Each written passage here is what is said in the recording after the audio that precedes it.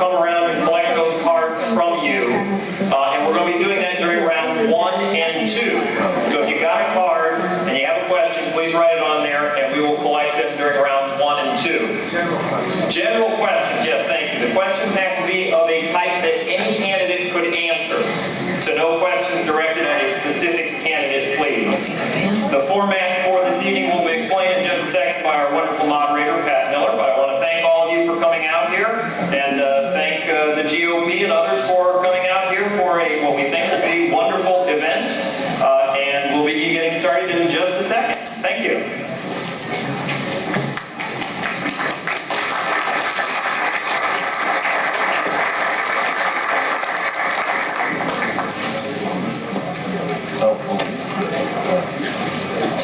Hey, good evening.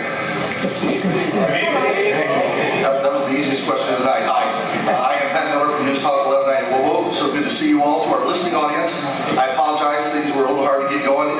I thought the worst thing in the morning was to try to get 2 teenagers ready to go to school. It's actually trying to get 14 Republicans ready for a forum. That's actually the problem. But good evening to all of you.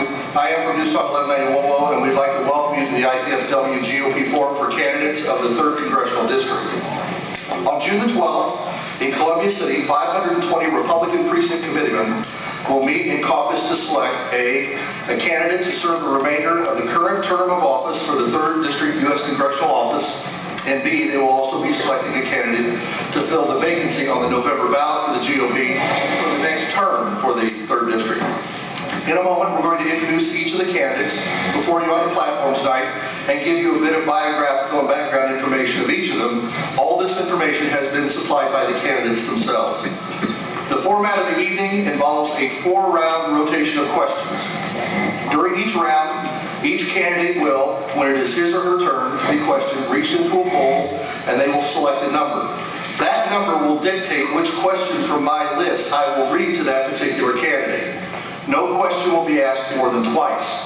Should the candidate select the number of a question that has already been asked twice, they'll simply put it back and draw another number. They will have 90 seconds to answer the question. Mike Wolf is down front here. Mike, good evening to you.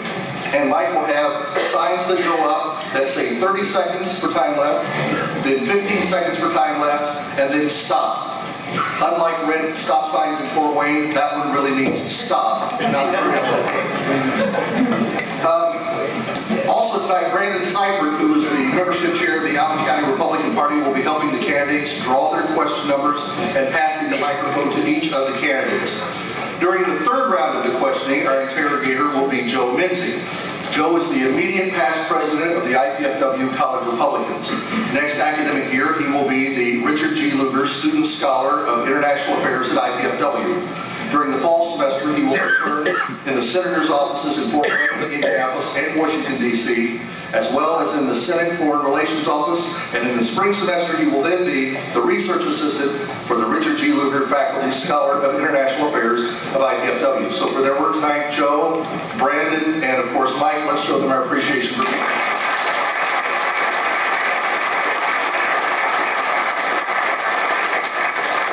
So thank you for being here this evening, and now if you will allow me, and I apologize to the candidates right now if things get a little construed as I read your stuff.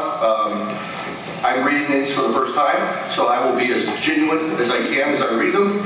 If I mispronounce something, I apologize. If it sounds really stupid, you wrote it. The order of how we're doing the candidates, even in the introduction tonight, was done by draw, and so the first one that we're going to introduce tonight is Bob Thomas. He owns Dimension Ford and Lincoln Mercury in Fort Wayne, has no political experience, and Bob has never before run for political office. He's married to his wife, Suzanne, for 29 years, and they have 3 daughters, Elizabeth, age 26, Cameron, age 21, and Meredith, who passed away when she was only 17. The top reason that he should be nominated: Washington is full of career politicians who do not have the training or experience in economics, finance, and business to navigate the complex issues facing our country today. If we continue to send soft, inexperienced leaders to Washington, the results will continue to be predictable. Bob has experience running a business. He has been providing jobs to the families of the 3rd District for over 30 years, and he has the economic and financial training to handle the complicated issues that are currently confounding Washington. Ladies and gentlemen, Bob Thomas.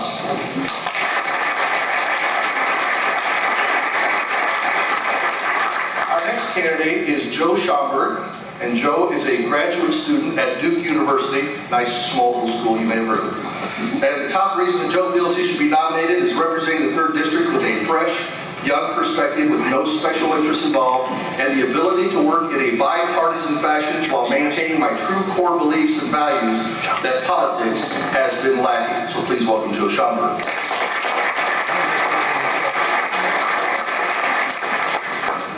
Next will be Randy Border, who I know is here. I'm just looking for him. If you'll give me half a minute.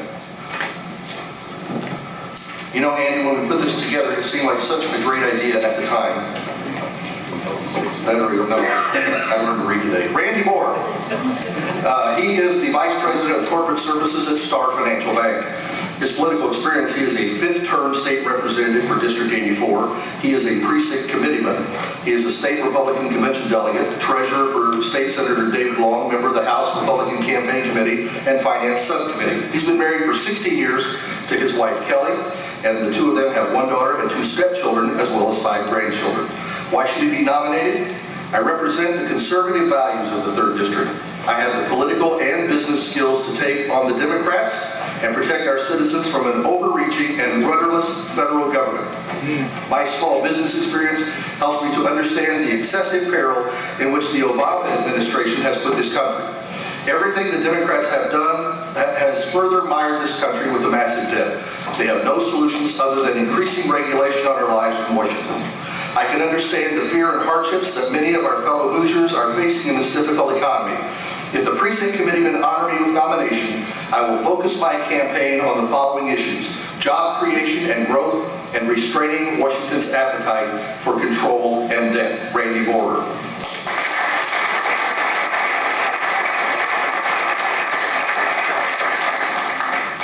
And I am now looking for Richard Thoner.